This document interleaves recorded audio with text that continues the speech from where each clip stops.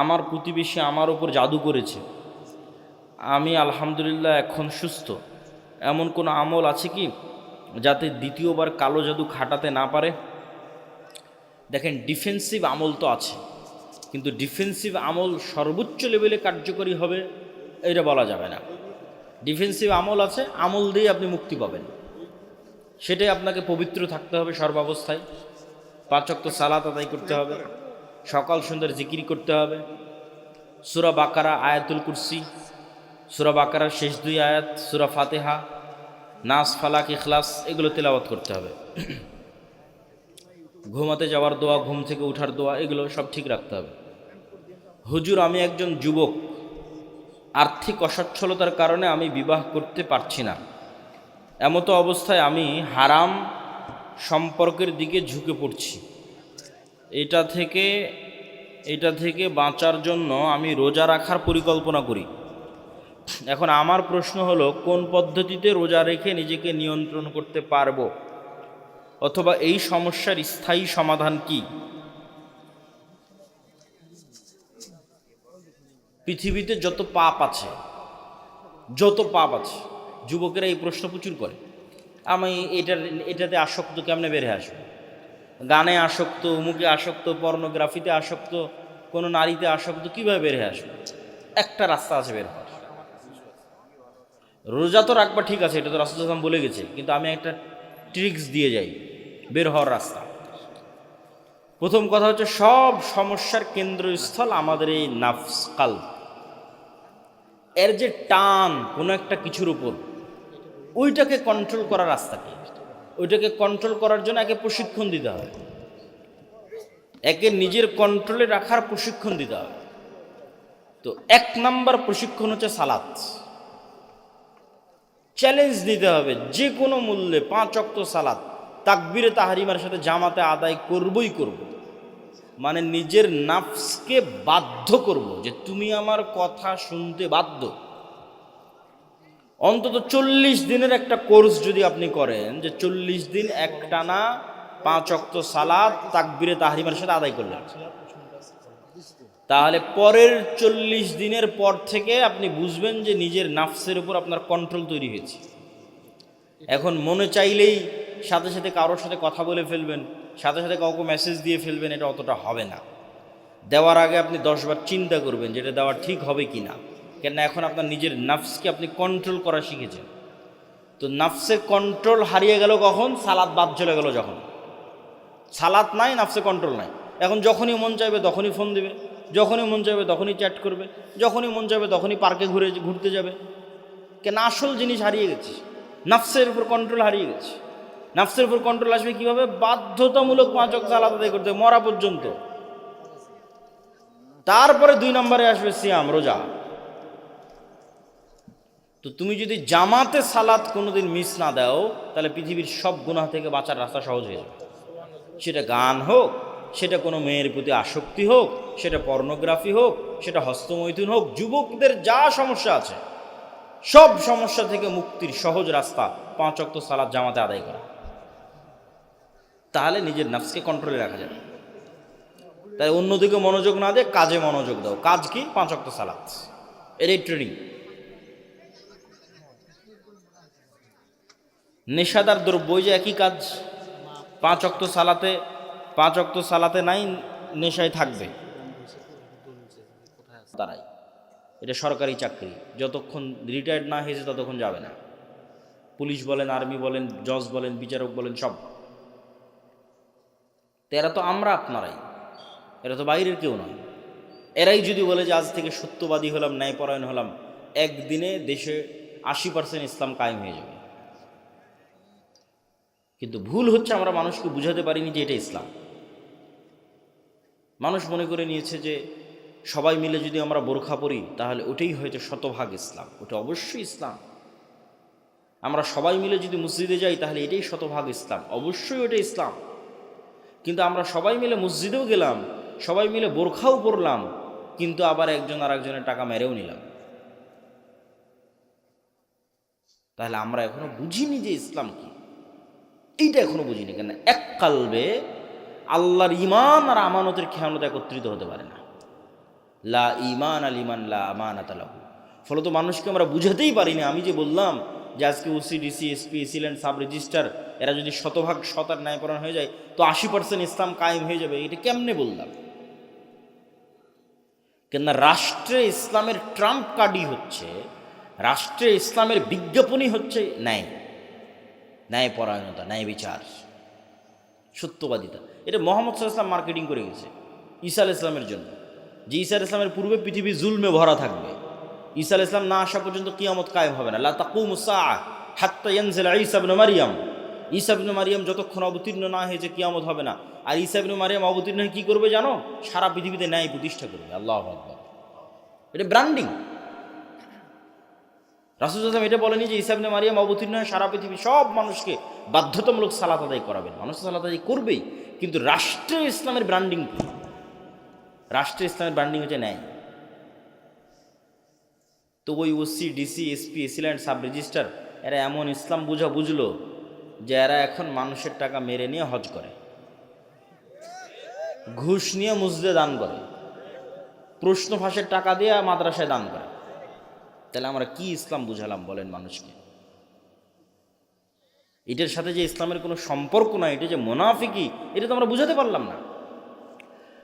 এইটার তো দিনের সাথে ঠাট্টা আছে, এটা তো মুনাফিকি আছে। ধরেন একজন মানুষ হারাম নয় হালাল টাকা দিয়ে দান করল, একজন মানুষ 5 ওয়াক্ত সালাত জামাতে মসজিদে আদায় করলো, রাতে তাহাজ্জুদের সালাত আদায় করলো, তবুও ওই রাতে তাহাজ্জুদ সালাত আদায়কারীর চেয়ে আর আল্লাহর রাস্তায় হালাল টাকা দানকারীর চেয়ে ওসি যদি শুধু তার নিজ চেয়ারে বসে ন্যায় প্রতিষ্ঠা করতে শতভাগ, ওইটা বেশি নেকির কাজ ছিল। এইটাই তো বুঝাতে পারলাম। এটা রাসূল সাল্লাল্লাহু আলাইহি ওয়াসাল্লামের হাদিস, সাবআতু ইউযিল্লুহুমুল্লাহু ইয়াওমা লা যিল্লা ইল্লা যিল্লুহ। 7 শ্রেণীর মানুষকে আল্লাহ আরশের ছায়া দিবেন, তার 1 নম্বরে জায়গা দেওয়া আছে ন্যায়পরায়ণ, দায়িত্বশীল। বাকি নামাজি, দানকারী এদেরকে 2, 3, 4 জায়গা দেওয়া আছে। আর 1 নম্বরে জায়গা দেওয়া আছে যে নিজ দায়িত্বে শতভাগ ন্যায়পরায়ণ।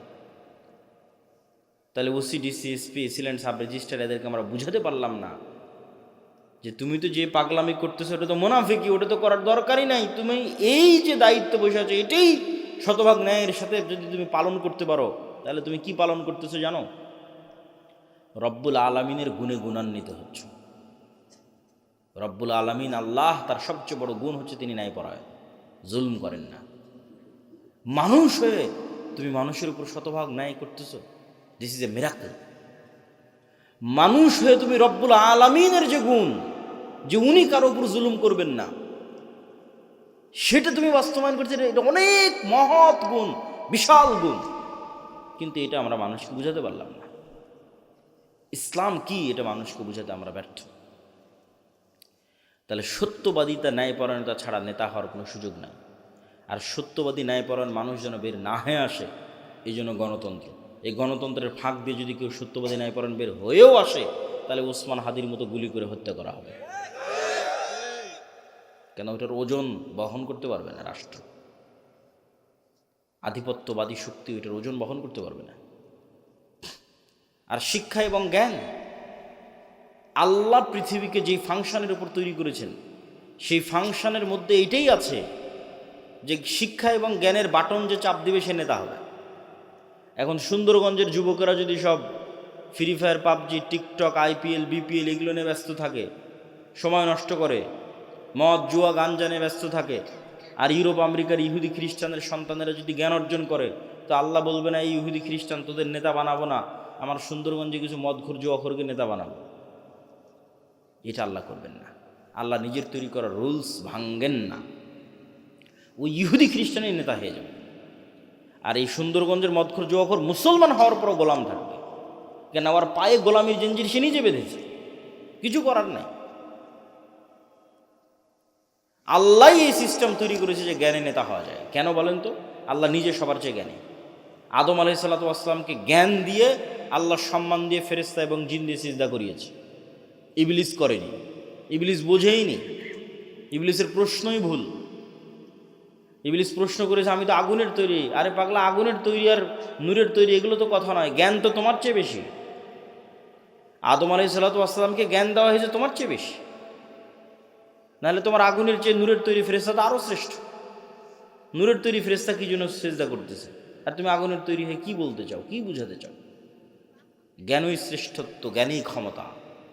আল্লাহ তলুতকে যখন নেতা বানালেন তখন বলছেন বাস্তাতাং ফিল ইলমি ওয়াল জিসম, আমি তলুতকে নেতা বানিয়েছি জ্ঞানের জোরে, জ্ঞানের ক্ষমতায়। কিন্তু আজ মুসলমানদের সাথে জ্ঞানের কোনো সম্পর্ক নেই, বই পুস্তক পড়ার কোনো সম্পর্ক নাই। তাহলে কীভাবে নেতা হবে? গোলামির জিঞ্জির তো আমরা আমাদের পায়ে নিজেরাই বেঁধেছি। এবার কল্পনা করেন যে 500 জন যদি এমন যুবক তৈরি হয়, যে 500 জন যুবক শতভাগ তাওহীদে বিশ্বাসী, শতভাগ ঈমান বিল গায়বে ইয়াকিন রাখে, মানে পরকাল দেখতে পায়, বস্তুবাদী নয়, আবার জ্ঞানে সর্বোচ্চ, আবার জ্ঞান টাকা দিয়ে কিনে নেওয়া যায় না। কত ডাক্তার ইঞ্জিনিয়ার নেবেন, অনেক জ্ঞান অর্জন করেছে, পিএইচডি ডিগ্রিধারী, একটা 1 লাখ 5 লাখ 1 কোটি টাকার জন্য স্বাক্ষর বিক্রি করে দিচ্ছে, বন্দরে বসে আছে, চিটাগাং বন্দরে, মেডিকেলগুলোতে বসে আছে, গাড়ি হাতিয়ে দিবে, কোম্পানির ওষুধ লিখবে। ও কি জ্ঞানী নয়? জ্ঞানী, কিন্তু ওর জ্ঞানকে বিক্রি করে দিয়েছে, ন্যায়পরায়ণ নয়।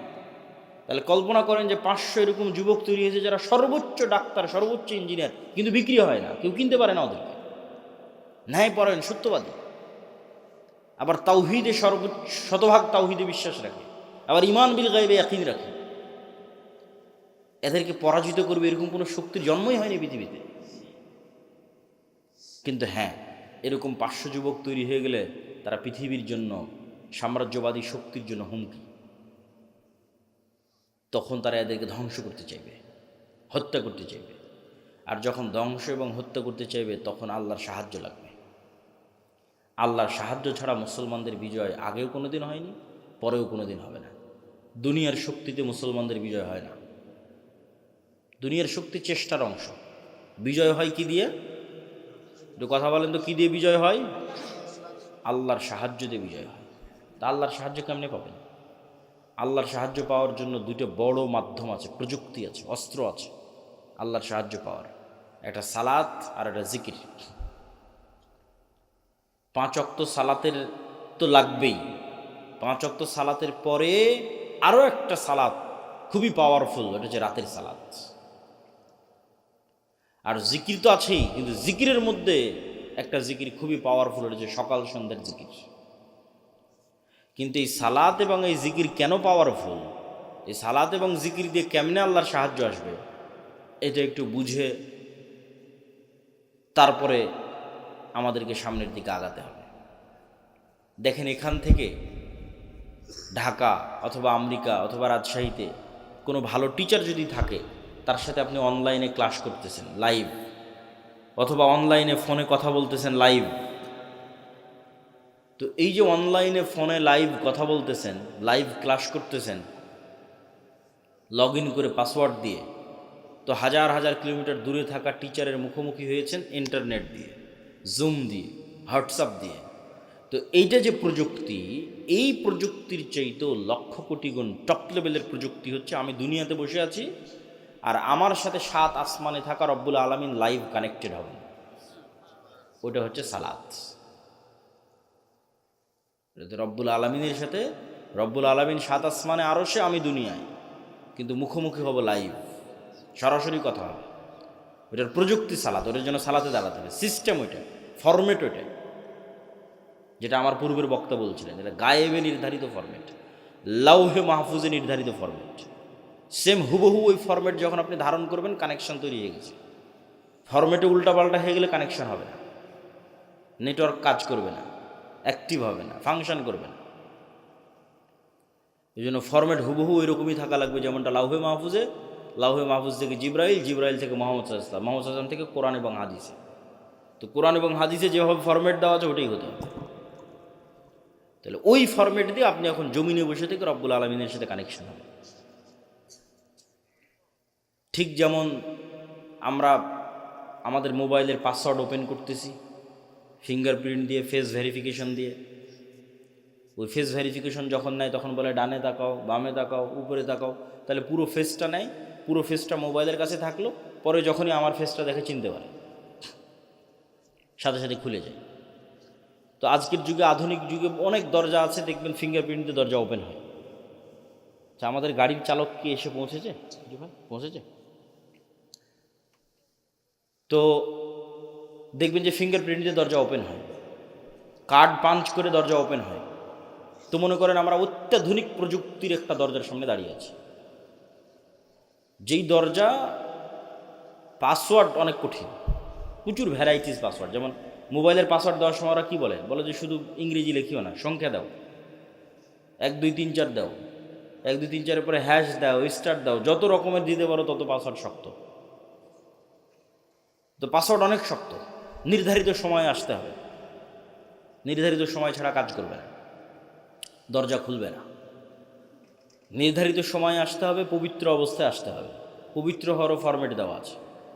মানুষ বুঝতেছে না কী ব্যাপার, আমি পেশাব পায়খানা করলাম কিন্তু হাত কেন ধুচ্ছি? এটা তো গায়েবে নির্ধারিত ফরম্যাট, এটা তো প্রযুক্তি। পেশাব পায়খানা করে এসে মাথা কেন মাসাই করতেছি? তো লাউহে মাহফুজ এভাবে নির্ধারণ করা আছে, এইটা ওইটার সাথে মিলে যাবে, তখনই তো কানেকশন তৈরি হবে, তখনই তো যোগাযোগ তৈরি হবে। আসে যখন আপনি নির্ধারিত সময় যখন পবিত্র অবস্থায় দাঁড়ালেন, এটা একটা ফরম্যাট, এর সাথে একটা আওয়াজ আছে, সাউন্ড আছে। আলহামদুলিল্লাহ রাব্বিল আলামিন আর রহমানির রহিম। রুকুতে যখন গেলেন, এটা একটা ফরম্যাট, ওর সাথে একটা সাউন্ড আছে, সুবহান রাব্বিল আযীম। সিজদায় গেলেন, ওর সাথে একটা সাউন্ড আছে, সুবহান রাব্বিল আলা। এই ফরম্যাট, সাউন্ড, দাঁড়ানো, সময়, নিয়াত, কালব কানেক্টেড, চোখ সিজদায়, সব যখন মিলে গেছে, তখন তো সামনের দরজা উন্মুক্ত হবে, ধরতে পেরেছে পরিপূর্ণভাবে, তখন আল্লাহর সাহায্যের দরজা উন্মুক্ত হবে, আল্লাহ সুবহানাহু ওয়া তাআলার রহমত পাওয়ার দরজা উন্মুক্ত হবে। এটাই সালাত। সালাত ছাড়া মুসলমানদের বাঁচার কোনো রাস্তা নাই। সালাত ছাড়া মুসলমানদের মুক্তির কোনো রাস্তা নাই।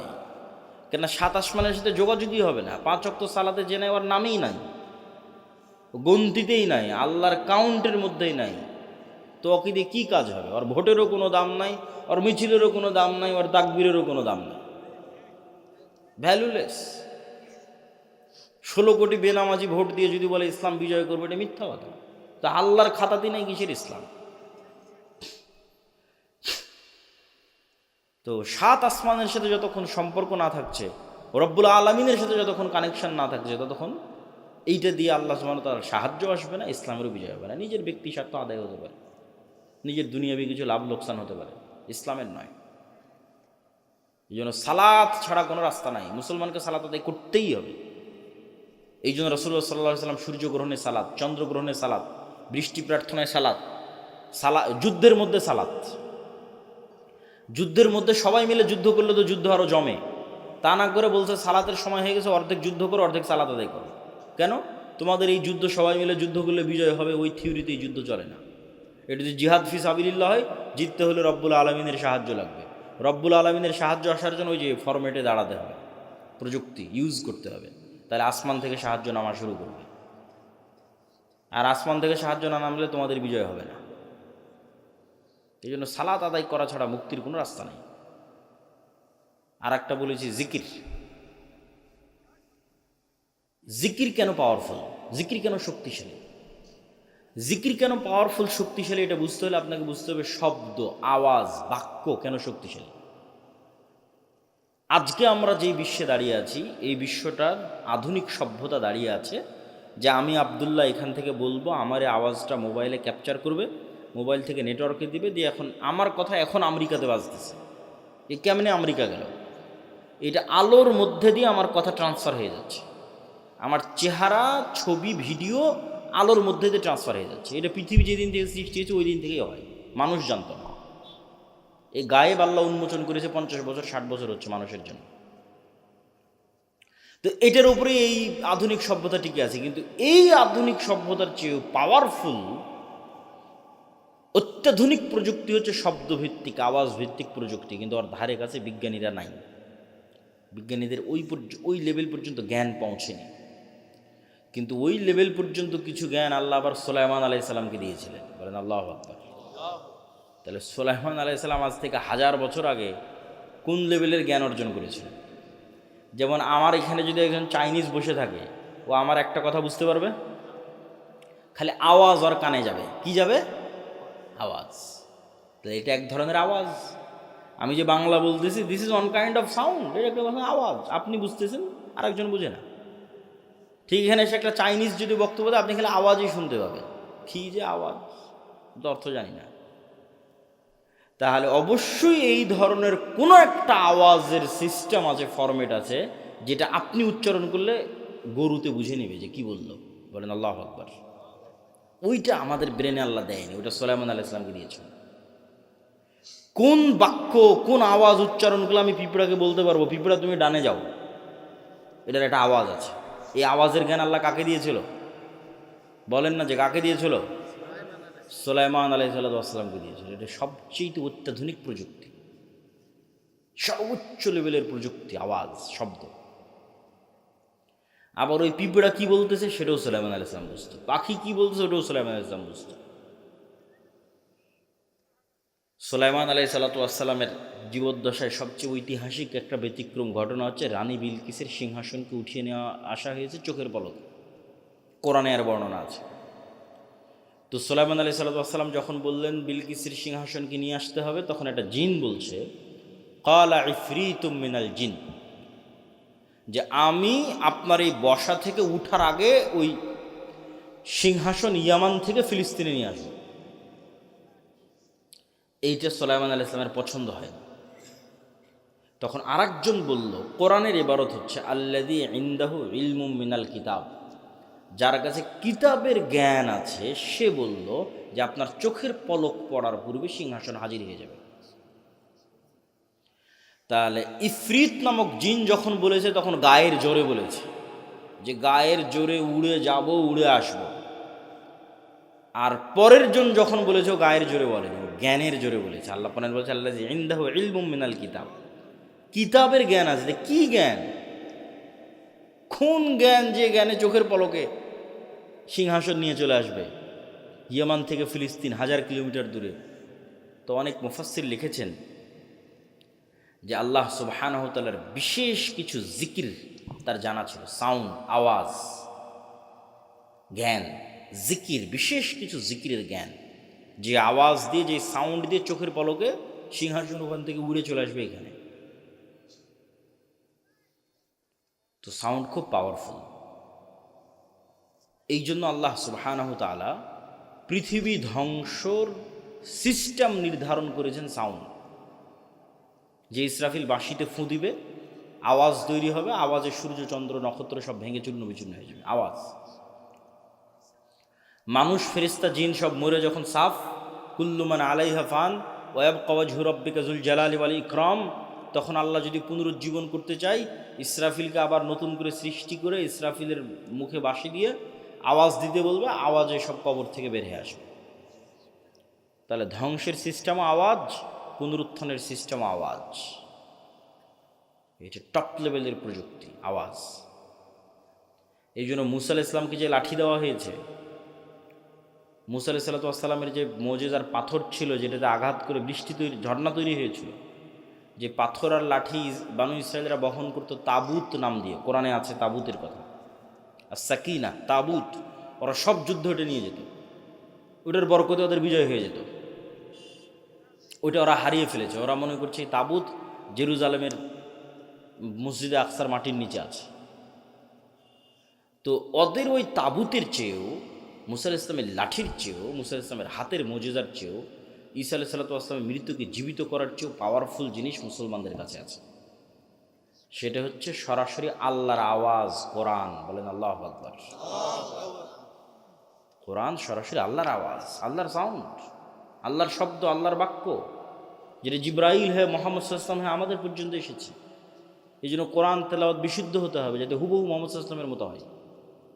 ফরম্যাট মিলবে, তখন বেশি কাজ করবে, এবং ওইভাবে ওই লেভেলের আরবি বুঝতে হবে। এটাই মুসলমানদের সবচেয়ে বড় সম্পদ, সবচেয়ে বড় প্রযুক্তি, যার সামনে পৃথিবীর কোনো শক্তি টিকতে পারবে না। কেন? এটা সরাসরি আল্লাহর আওয়াজ, আল্লাহর শব্দ। আর সবচেয়ে পাওয়ারফুল হচ্ছে শব্দ, সবচেয়ে পাওয়ারফুল হচ্ছে আওয়াজ। এই জন্য শ্রেষ্ঠতম জিকির হচ্ছে পবিত্র কোরআন। আফজালুজ জিকর তিলাওয়াতুল কোরআন, শ্রেষ্ঠতম জিকির কোরআন তেলাওয়াত করা। কিন্তু সেই কোরআন শিখে কে, পড়ে কে, বুঝে কে, জানে কে? কোরআনের যা অবস্থা আমাদের বাড়িতে ঘরে, আমাদের তা অবস্থা পৃথিবীতে। এভাবেই ভাগ্য নির্ধারণ করা আছে। তো জিকিরের কথা বলতে গিয়ে আর দুটো পয়েন্ট বলবো। যে জিকির কেন গুরুত্বপূর্ণ, কেন শক্তিশালী, কেন পাওয়ারফুল। পৃথিবীর এমন কোনো অসম্ভব নয় যা সম্ভব করা যাবে না জিকির দিয়ে। তবে তার আগে জিকিরের উপর গুরুত্বপূর্ণ দুটো পয়েন্ট উল্লেখ করার আগে জরুরি 2 মিনিট কথা। এই যে আজ সুন্দরগঞ্জে সম্ভবত আমি আজকে প্রথম এসেছি নাকি, তো এই যে এত চেষ্টার পর, এত পরিশ্রমের পর প্রথম আসলাম, এই আশা যদি শেষ হয় তাহলে আর কোনো অর্থ থাকে না। কিন্তু বাংলাদেশের যত উপজেলা, 600 উপজেলায় একবার করে গেলে 2 বছর লাগবে, তাও যদি প্রতিদিন প্রোগ্রাম করা হয় তাহলে। আর যদি এই মাত্র সিজনের 2-3 মাস প্রোগ্রাম করা হয় তাহলে 5 বছর লাগবে সব উপজেলায় যেতে। তাহলে আপনাদের সাথে আমাদের যোগাযোগ থাকবে কিভাবে? যোগাযোগ থাকার মাধ্যম হচ্ছে মাসিক আল ইতিসাম। যোগাযোগ থাকার মাধ্যম হচ্ছে এই যে আজকে যে আলোচনা করলাম, এটা পুরোটাই এই বইয়ে লেখা আছে, আল্লাহর পথে যাত্রা। এটা সব দাওয়াত সেন্টার, মসজিদ, মাদ্রাসা, স্কুল, কলেজে রেখে প্রতি সপ্তাহে অন্তত একদিন 1-2 পৃষ্ঠা করে পাঠচক্র করতে হবে। এটা মুসলমানদের মুক্তির রোডম্যাপ হিসেবে লেখা 1 নম্বর বই। 2 নম্বর আর একটা বই আসবে পূর্ণাঙ্গ বিপ্লবের জন্য, যে একদল মুসলমান প্রস্তুত হবে তারা কি করবে, কি কাজ তাদের, সেটাকে দার্শনিক অ্যাঙ্গেল থেকে, ভিন্ন অ্যাঙ্গেল থেকে, পবিত্র কোরআন এবং হাদিসের মাধ্যমে, দলিলের মাধ্যমে গায়েবের বিষয়গুলোর উপর ফোকাস দিয়ে লেখা আছে। শয়তান, ফেরেশতা, রূহ, নফস, ইমান বিল গায়েব, জিকির, সালাত, এগুলোর উপর ফোকাস দিয়ে লেখা আছে। তো আমাদের বই পুস্তক এবং মাসিক আল ইতিসাম এগুলো আপনাদের সাথে, আমাদের সাথে আপনাদের স্থায়ী সম্পর্ক ধরে রাখবে। 2 নম্বর হচ্ছে মক্তব। বুড়া মানুষদের বিপ্লব হবে না, না, বেশিরভাগই বৃদ্ধ মানুষ বসে আছে। বিপ্লবের জন্য নতুন প্রজন্ম লাগবে। এই নতুন প্রজন্মকে কোথায় পাবেন? মাদ্রাসায় আছে 2% করে, মাদ্রাসায় আসে 2%। সারা বাংলাদেশের যত স্টুডেন্ট 2% মাদ্রাসা। তাহলে 98% স্টুডেন্টকে ধরতে হলে মসজিদে যেতে হবে। প্রত্যেক গ্রামের মসজিদে ওই এলাকার শতভাগ মুসলমানের সন্তানকে মক্তবে নিয়ে আসতে হবে। এটাই আন্দোলন, এটাই মুভমেন্ট। এরাই ভবিষ্যৎ সিডিসিএসপি হবে। এদের মাথার মধ্যে ছোটোবেলায় এই আকিদা, এই বিশ্বাসগুলো দিয়ে দিতে হবে। যাদের কাজ কি, সত্যবাদিতা, ন্যায়পরায়ণতা কি, শিক্ষা জ্ঞান কি, শতভাগ তাওহিদ কি, ইমান বিল গায়বি ইয়াকিন কি। এই জন্য মক্তব লাগবে। মক্তবের সিলেবাস আমারই লেখা, আমাদের দাওয়াইল্লাহর যে মক্তব চলে, উসমানী কায়দা আছে, আদর্শ শিক্ষা আছে, তালিমুদ্দিন আছে। প্রায় 700 মসজিদের উপর মসজিদের ইমামেরা আমাদের কাছে ট্রেনিং নিয়েছে, এবং আমার ধারণা যারা ট্রেনিং নিয়েছে তারা আগের চেয়ে এখন ভালো পড়ায় এবং বাচ্চাদেরকে ভালো শেখায়, আলহামদুলিল্লাহ। এই সকল মক্তবের উপর একটা আমাদের প্রতিযোগিতা আয়োজন হচ্ছে এনটিভিতে, যেটা তো অনেক খরচ। মক্তবের স্টুডেন্টরা টিভিতে যাবে, সেই উদ্যোগে এই অনুষ্ঠান আয়োজন হচ্ছে। তো অত্র অঞ্চল, পুরো সুন্দরগঞ্জ আশপাশে যত বেশি পারা যায় মক্তবের শিক্ষকদের ট্রেনিং দেওয়ানো, এটা আপনাদের কাজ। যাতায়াত খরচও লাগে না, থাকা খাওয়া লাগে না। 3 নম্বর হচ্ছে যে দিনী প্রতিষ্ঠানগুলো হবে, সেই দিনী প্রতিষ্ঠানগুলোকে জামিয়া সালাফির সাথে অধিভুক্ত করা। এইটার মাধ্যমে আমাদের সাথে আপনাদের সম্পর্ক তৈরি হবে। এটা বলে এবার জিকিরের যে 2টা পয়েন্ট, সেই 2টা পয়েন্টের দিকে আগায়। মেয়েদের কথা বলা হয়েছে, যে মেয়েরা আজকের অনুষ্ঠানে আছে, তাদের উদ্দেশ্য করে কিছু বলা যায় কিনা। আমার বক্তব্যের যেটা মূল বিষয় ছিল ন্যায়পরায়ণতা এবং সত্যবাদিতা, গোলামি থেকে মুক্তির জন্য। এটা অনেকে যদি মনে করে শুধু ছেলেদের কাজ, এটার অনেক অংশ মেয়েদের সাথে জড়িত আছে। কিভাবে? এই যে আপনারা যারা এখানে উপস্থিত আছেন, নিজ বাপের সম্পত্তিতে নিজ বোনকে ন্যায়ের সাথে সম্পদ দিয়েছেন? যদি দিয়ে থাকেন, নেতা হবেন, আপনার ছেলেরা নেতা হবে। যদি না দিয়ে থাকেন, আপনি গোলাম, আপনার পরবর্তী 14 প্রজন্ম গোলাম। এটাই গোলামির স্বভাব। ধোঁকা দেওয়া, ন্যায় প্রতিষ্ঠা না করা, এটাই গোলামির স্বভাব। তাহলে মা এবং বোনকে তাদের সম্পত্তি ন্যায়ের ভিত্তিতে বন্টন করতে হবে। ঠিক মা এবং বোনকে চিন্তা করতে হবে, আমি কি আমার শাশুড়ির সাথে ন্যায় করতেছি? শাশুড়িকে চিন্তা করতে হবে, আমি কি আমার স্ত্রীর সাথে ন্যায় করতেছি? এই এক চিন্তাতে সমাজ ঠিক হয়ে যাবে। এক চিন্তাতে একদিনে সমাজ সংশোধন হয়ে যাবে। যদি ন্যায়, ইনসাফ, অন্যায় করা যাবে না। ওটা আসল ইসলাম, ওটা প্রকৃত ইসলাম। ওটা আগে, ওটাতে ফেঁসে গেলে কিয়ামতের মাঠে বেশি ফেঁসে যাবেন, কেন আল্লাহ ওটা ক্ষমা করবে না। ওটা মানুষের সাথে সম্পৃক্ত। অন্যগুলো তো আল্লাহর কাছে ক্ষমা চাইলে আল্লাহ ক্ষমা করে দেবে। তো মা এবং বোনদের ক্ষেত্রেও আজকের আমাদের আলোচনা পরিপূর্ণরূপে প্রযোজ্য। জিকির, জিকিরের ক্ষেত্রে যে দুটো পয়েন্ট বাকি আছে, মুসা আলাইহিস সালাতু ওয়াস সালামকে আল্লাহ সুবহানাহু ওয়া তাআলা বললেন যে মুসা, তোমাকে লাঠি দিলাম, জিহ্বা তোতলা ছিল ভালো করে দিলাম, ভাইকে সহযোগী হিসেবে দিলাম, তো এখন তুমি রওনা দাও, তবে একটা কথা মনে রাখো, ওয়ালা তানিয়া ফি জিক্রি, জিকির করতে যদি ভুলে যাও সব ডিঅ্যাক্টিভেট হয়ে যাবে। যা ফাংশন দিয়েছি, ধরেন মুসা আলাইহিস সালাতু ওয়াস সালাম এক সপ্তাহ থেকে নামাজও পড়ে না, জিকিরও করে না, ধরেন কথার কথা বলতেছে, তার মানে মুসা আলাইহিস সালামের কালব আল্লাহর সাথে কানেক্টেড নাই। সালাতের প্রযুক্তিও ব্যবহার করেনি, জিকিরের প্রযুক্তিও ব্যবহার করেনি, কালব রব্বুল আলামিনের সাথে কানেক্টেড হতে পারেনি। এখন যদি ওই লাঠি 1000 ছাড়ে জীবনে সাফ হবে না, ও ডিঅ্যাক্টিভেট হয়ে গেছে। সমুদ্রের মধ্যে মারলে রাস্তা তৈরি হবে না। যেভাবে তোমাদের ফেসবুক, হোয়াটসঅ্যাপ, ফেসবুক কর্তৃপক্ষ মেটা ডিঅ্যাক্টিভেট করে দেয়, ডিঅ্যাক্টিভেট হয়ে গেছে। ওটা তখনই কাজ করবে যখন মুসা আলাইহিস সালামের কালব রব্বুল আলামিনের সাথে কানেক্টেড, সালাত এবং জিকির এই দুটো দিয়ে। ওইটা আল্লাহ বলে দিচ্ছে, ওয়ালা তানিয়া ফি জিক্রি, খবরদার আমাকে স্মরণ করতে বলিও না, তোমার কালবকে আমার সাথে কানেক্টেড থাকতে হবে, তাহলে তোমার হাতের লাঠি সমুদ্রে মারলে রাস্তা তৈরি হয়ে যাবে। আল্লাহু আকবার। এই জন্য জিকিরের কোনো বিকল্প নাই। দোয়াতে নিজের প্রয়োজন বেশি থাকে, যে আল্লাহ আমাকে এটা দাও, টাকা পয়সা দাও, ছেলেকে প্লাস দাও, মেয়ের ভালো পাত্রে বিবাহ দিয়ে দাও, ধন সম্পদ দাও, আল্লাহ দ্রুত বিয়ের ব্যবস্থা করে দাও, কত রকমের সব নিজের প্রয়োজনের দোয়া দিয়ে ভরা। মানুষ দোয়া করবে, আল্লাহ পছন্দ করে, কোনো সমস্যা নেই, কিন্তু জিকিরে নিজের প্রয়োজন থাকে না। জিকির শুধু আল্লাহর বড়ত্ব, আল্লাহর মহত্ব, আল্লাহর গুণগান, আল্লাহর পবিত্রতা, আল্লাহর শ্রেষ্ঠত্ব, বান্দার কোনো স্বার্থ নাই। জিকির ফেরেশতাদের ইবাদত, জিকির আমার আশেপাশে যা আছে সবগুলোর ইবাদত। আল্লাহ সুবহানাহু ওয়া তাআলা বলছেন, এটা একটা গায়েবের নিউজ, এটাতে বক্তব্যের শেষের দিকে চলে যাব। ইউসাব্বিহু লিল্লাহি মা ফিস সামাওয়াতি ওয়া মা ফিল আরজ, আসমান জমি এবং তার মধ্যে যা কিছু আছে, এই প্যান্ডেল, ওই টিস্যু, এই গায়ের জামা, ওই মোবাইল ক্যামেরা, এই মাটি, সব 24 ঘন্টা তাসবিহ পড়তেছে। আল্লাহু আকবার। এই তাসবিহ পড়ার আওয়াজ আছে, আমি এমনি বলি না, আওয়াজ সবচেয়ে পাওয়ারফুল।